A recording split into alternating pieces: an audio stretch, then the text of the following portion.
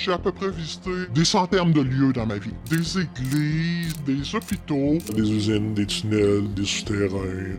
Si vous êtes actif sur les réseaux sociaux, il y a des chances que vous ayez déjà vu passer des vidéos d'exploration urbaine ou d'urbex. C'est une pratique qui consiste à visiter des lieux abandonnés ou inaccessibles au public.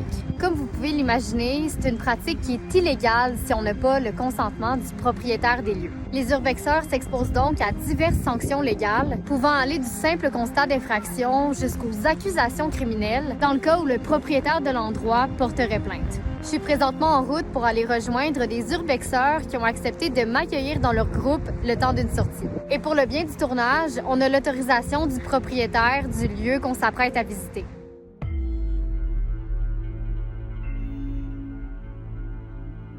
C'est là que ça commence à vibrer en dedans. Aujourd'hui, on a visité une maison familiale. Ça fait à peu près, peut-être une vingtaine d'années qu'elle est abandonnée.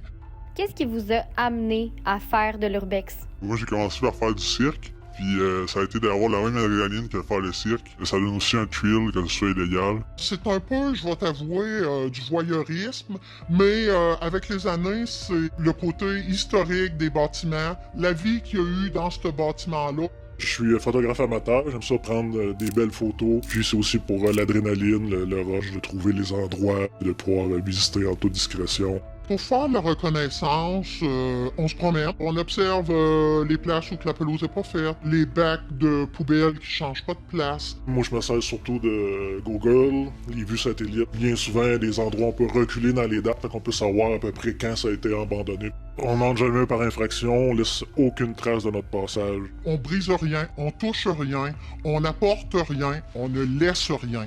Je conseillerais de faire ça au moins à 2 minimum pour les questions de sécurité. Ne pas être trop téméraire, parce que des accidents, ça arrive quand même assez vite. Je sais que c'est illégal, mais je fais ça respectueusement. Puis si jamais j'ai une personne qui m'aborde ou qui s'en vient vers moi, je me sauverai pas, parce que j'assume ce que je fais. Et si jamais la police arrive, on coopère avec eux là, sans aucun problème.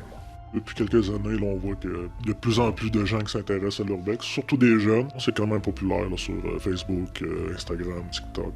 C'est de garder ça le plus discret possible, de donner le moins d'indices pour pas que trop de gens puissent trouver les lieux, parce que sinon, ben, ça finit, ça se fait détruire.